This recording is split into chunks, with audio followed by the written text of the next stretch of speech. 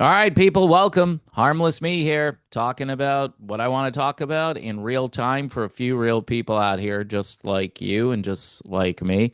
So I wanted to just make uh, a Seinfeld video. Yesterday, I did a thumbnail celebrating Jerry Seinfeld, and nobody said, "Hey, cool thumbnail." It was a great thumbnail.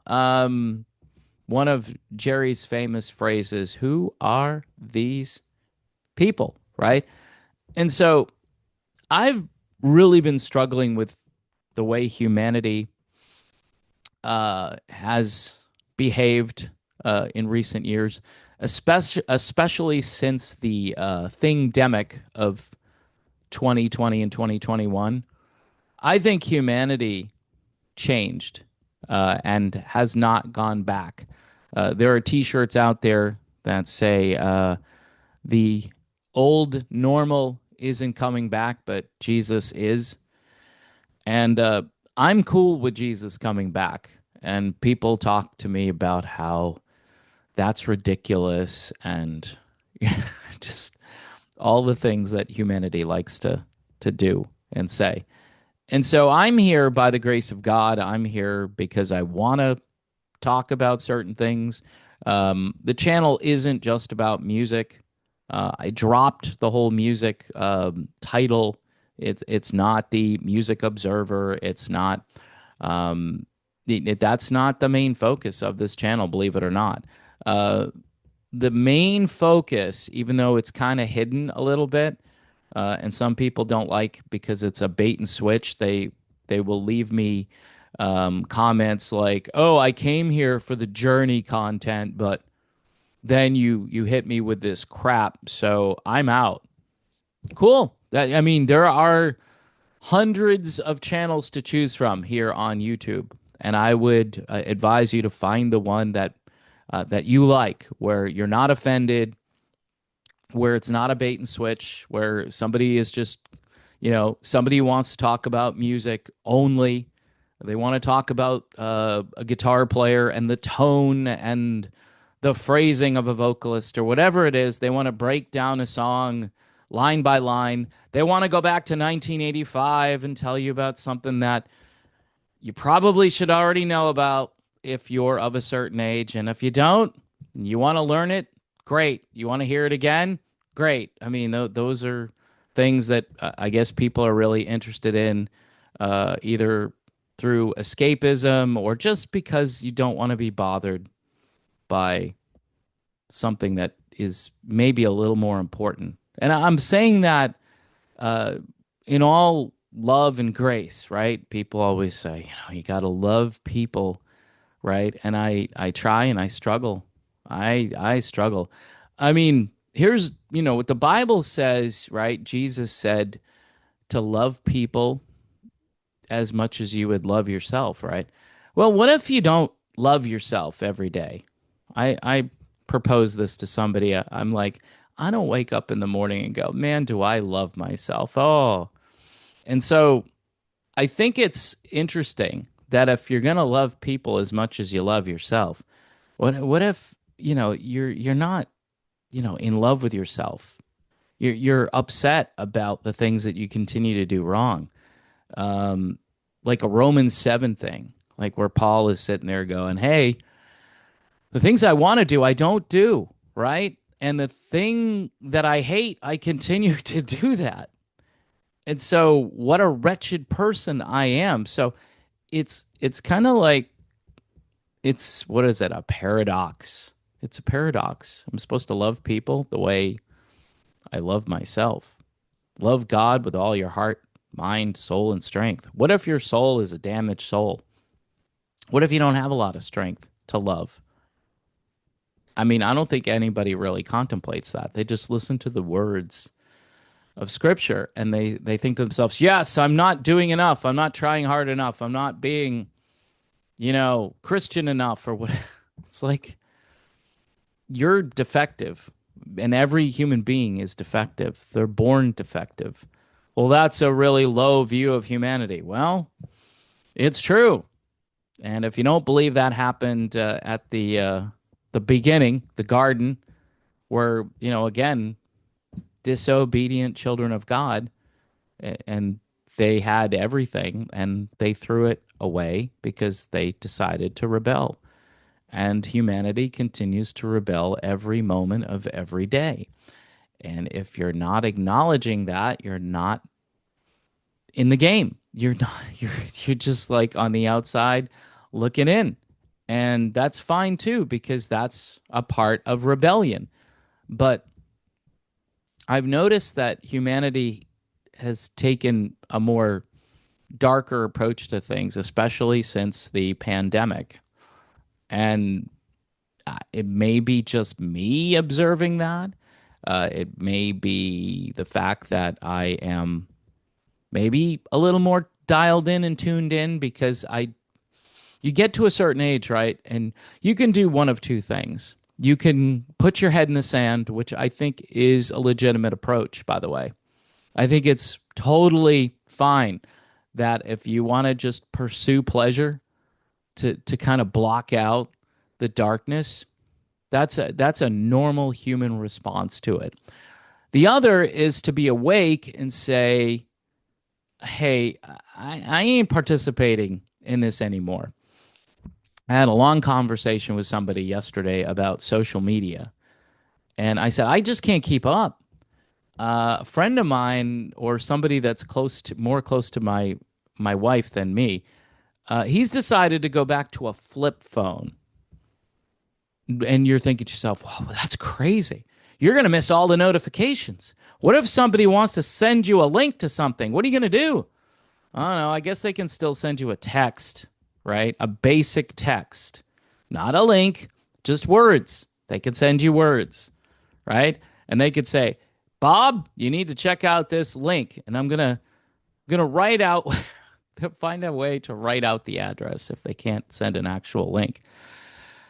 How would your day go if you couldn't get links to videos or articles? How would your day go? Would you be less of a person if you couldn't get that? Would your mind be empty if you couldn't get all that information? I mean, if I can go a couple of hours without someone sending me a link to something, I think it's a victory. I'm like, "Oh, I got a message," and I pick up my phone. I'm like, "Oh, it's a link. Watch this link." And "Oh, well, you're a YouTuber.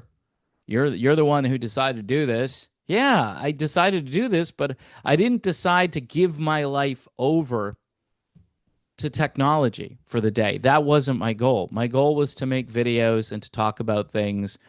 You can consume my content. You don't have to, by the way, you don't have to be an active participant. In other words, you can just watch it and say, "Okay, I watched that. Now I'm going to go watch something else." Or maybe I'm only going to watch this, or maybe I'll watch something else later. But consumption, I think, just consuming this stuff nonstop. Well, you do this, so you're just shooting yourself in the foot. Maybe I'm shooting myself in the foot. Maybe this is a weird way of promoting. I tell people I'm not a very good self promoter. I don't do the happy go lucky jolly, click this. I do it, but I don't do it naturally. I say, "Hey, if you want to subscribe, please subscribe." Oh yeah, hit the bell for. I see other people do this religiously, and they're probably better for doing it. Their channel is probably growing faster. But I'm like, "Hey, if you want to subscribe, subscribe. If you want to join Patreon, help support the channel." And then I get crap. "Oh, I'm never doing that on your channel. I would never do that. I would never buy you a coffee." Okay, fine. Don't then. Don't watch and don't do those things. I mean, think of the effort it takes to tell somebody that you're not going to do stuff. I mean, all you got to do is not do it. Why do you have to tell them that you're not going to do it? This is the world I don't understand right now. Yeah, I'm going to tell you a thing or three because you know what? Thing or three. It's more than two. I'm going to let you know that I don't like you. All right, cool. You let me know, and I'll never meet you. I'll never find you in real life, most likely, unless you are one of these stalkers, which I dealt with at the very beginning, who's going to come and find me, which that's great to know that your house or whatever is being located, doxed, and all that stuff. That's fun. That's a lot of fun. And people saying, you have a lake in your backyard. You want to see the lake I have in my backyard right now? It's basically a sandbox. All right. It's crazy what people will do and say. And I don't know, people. I get to the point where, yeah, it's something that has blessed me to some degree, especially early on when I started doing this. But there's a trade-off. There's definitely a trade-off. And when I tell people about it, they're like, well, quit whining and just do what you're doing and ignore the hate.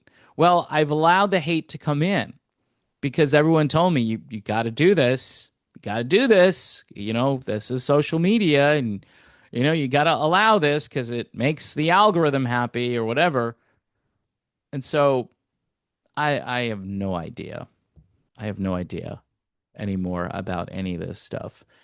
And I'll do content and I'll think to myself, I'm just doing content for content's sake. Some days. Other days, I'm like, this is what I want to talk about. And people are like, well, you're talking about this stuff that you really shouldn't talk about. If you're going to do music content, just stick to music. But I've said from the get go, especially over here, the channel doesn't say music channel. It says me. I like music. I focus a lot on music, but I might talk about faith. I might talk about politics. I might talk about, yesterday I mentioned Aldi, a supermarket, and my buddy PJ sent me a link no, he sent me a super chat actually, and he said, hey, Aldi was the best part of this video. And I agree. Going to Aldi, you'll save some money. You have some disposable income. You don't want to go to a concert. You can go to Aldi and, stock up on food, necessities. Those are the things that are important in life. Having food and something to drink and hanging out with your family. Those are the important things. This isn't a Seinfeld video necessarily. This is just me talking about things that pop in my head. And there are lots of people here on this platform and other places. And again, if this is mindless, again, low production value, the lighting is bad, I look the way I do, it's all bad. So find something that's good that you want to watch. Find something high tech and entertaining and fast paced and, find some high production value. I tell people, this isn't, this is just me. This is just me doing what I do. And, I started doing this 9 years ago. Some people always say, you got to continue. You got to keep going. Don't let the darkness get to you. Well, if the darkness isn't getting to you to some degree, then you're probably not in the light because the contrast should show up. It should bother you. Darkness should bother you to some degree. Like you should be able to recognize it and go, oh, wow, that's some pretty dark stuff. I mean, I recognize it in the music and I point it out and people are going, you just don't like this kind. You're right. I don't like that kind of music. I mean, people complain like, you're not really hard rock, are you? No, I'm not really hard rock. Find someone, if you like that kind of music, you want some of that stuff, there's stuff out there. You can just consume that. I can recognize maybe if it's done in a way that is put together well, but I'm not sitting here listening to it myself. No, I got to fill my mind up with things that are a little more uplifting. That's why I talk about how lyrics are important. What you're talking about, what you're singing about, how you're presenting this stuff. In today's world, I think it's if you're putting more darkness into this, yeah, you'll do really well because you're feeding a beast. The beast is going to respond and go, "Yeah, give me more of this." It's completely countercultural to go in a different direction where you're promoting the light, you're promoting the truth, You're promoting the only hope we have, which again is Jesus Christ. That's the only hope we have. And if you think we have some other kind of hope, and if you also think that it's just, nonsense or mythology, that's fine too. You can believe whatever you want to believe. I'm not here to try to convince you. I'm just here because I don't think there's any other hope, right? I if so when you get to the end of your life or the end of yourself, and there's a Bible passage about getting to the end of yourself, you recognize that I'm kind of worthless. So at the end of all this, if there isn't something to grab onto, if there's nothing, then everything is meaningless. I think the book of Ecclesiastes talks about this a lot. And so you've got to figure out for yourself, all right, well, what if this doesn't work? Okay, there's nothing else though. What's better? What's more important? And that's what drives me crazy about, talking about music every day. And people are like, it sounds like you don't really care about this. And I'm like, I care, but this is almost like just recreational entertainment value. This isn't like life or death. People treat this like it's so important, and nothing under the sun is all that important. There's certain things that we've seen before. It just shows up again. It manifests in a different way, and it just repeats itself. Who was it that said that history doesn't necessarily repeat itself, but it rhymes? Was it Mark Twain?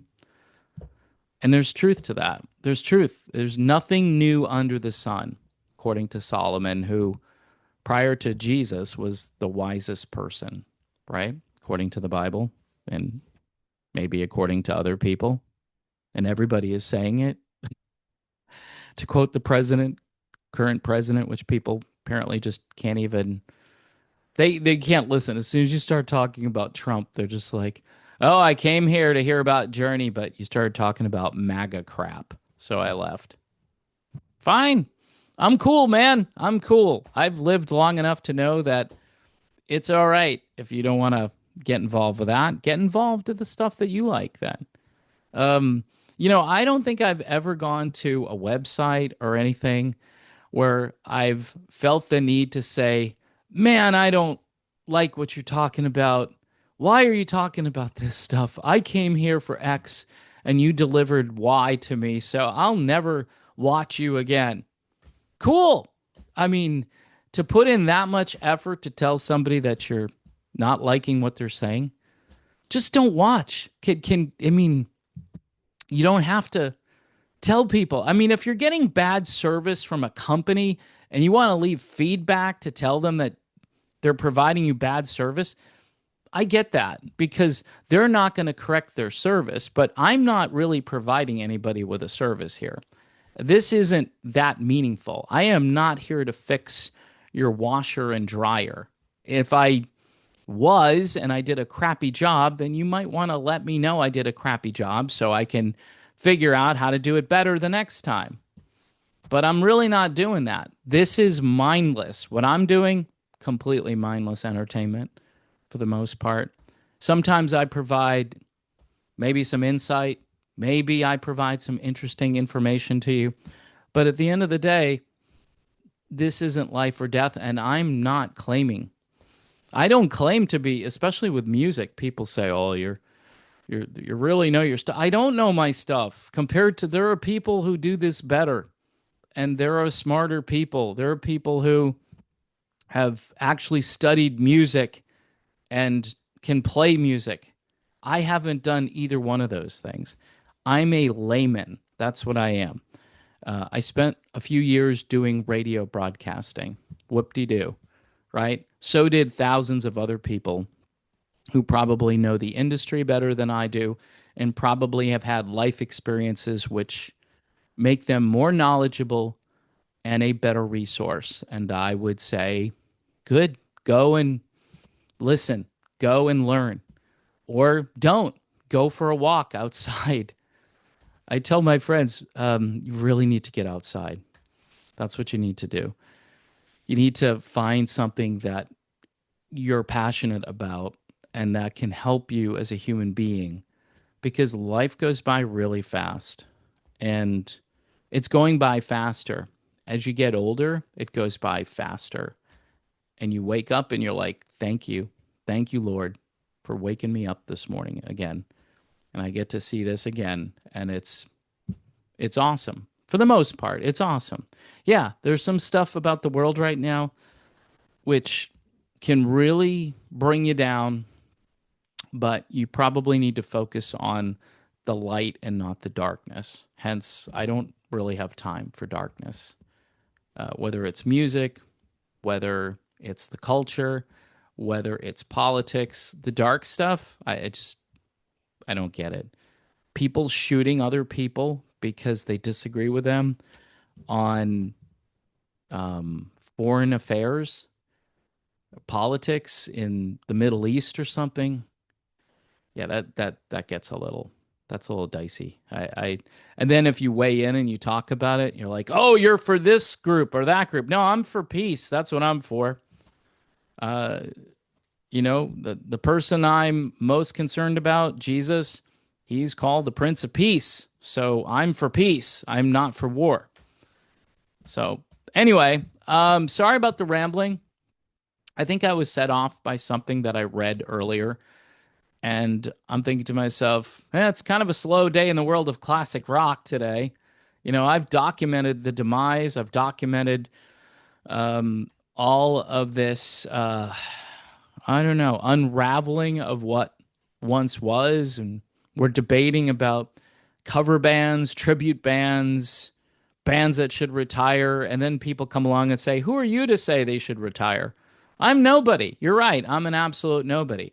So if you want to spend hundreds of dollars to see something that's not even close to what it once was, more power to you. Keep the economy going. What was it? George Bush after 9/11 said, "Hey man, you need to go out and spend money. That'll fix everything. Spend money after 9/11. Keep the economy going. We need to stop the terrorists. How do you stop the terrorists? You got to spend money." That was brilliant. See, I'm an equal opportunity offender. I don't care what political party you're in. You say stupid stuff, I'm going to come after you, and that's stupid. I don't care if you like that guy or not, but he wasn't the sharpest tool in the shed. Anyway, that's all I got for now. God bless everyone.